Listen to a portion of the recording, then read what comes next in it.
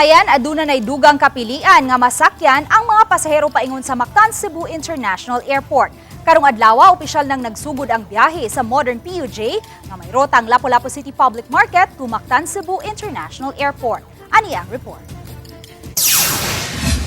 Gawa sa kasamtangang modern bus ug mga taxi nga makatod sa mga pasahero paingon sa Terminal 1 sa Mactan-Cebu International Airport, nagsugod na usab sa ilang biyahe karong adlawa. Kining franchise sa usa ka modern PUJ nga may rotang Lapu-Lapu City Public Market paingon sa Mactan-Cebu International Airport.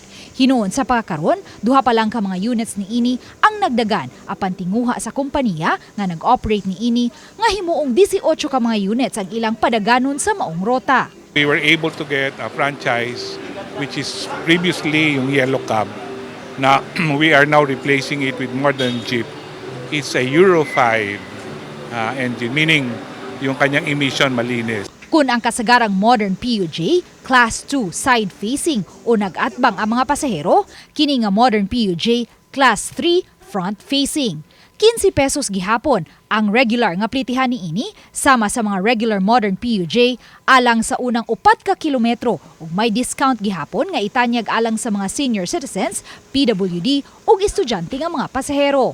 Itandi sa ubang mga modern PUJ, kini nga modern PUJ adunay butanganan sa mga luggage sa mga pasahero. Hinungdan nga ang seating capacity unta nga 23 karon nahimo na lang 19 alang sa 19 ka mga pasahero.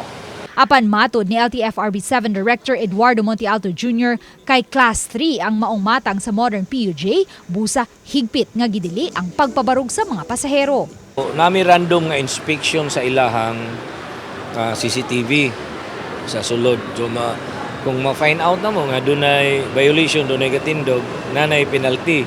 Kay usa kini ka Airport Transfer Express, wala kini terminal diin maghuwat pa nga mapuno una mo biyahe. Wala ni sila terminal, wala ni sila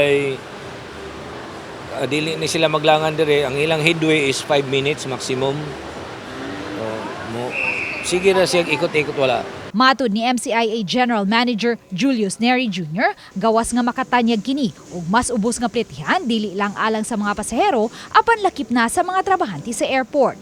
Ug komportable pa ang pagsakay ni ini. Competition is always good. Alternative means of transportation always good.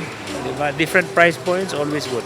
Dugang ni Nere, natunong usab ang pagsugod sa operasyon sa rota sa mong modern PUJ, karon nga nagsugod na ang pagdagsa sa daghang mga pasahero sa airport. I was just at T2 yesterday and I was talking to a couple of airlines. They said since the start of December, puno na yun. Uban ni Marlon Malgazo, Luan Mirondina, Balitang Bisdak.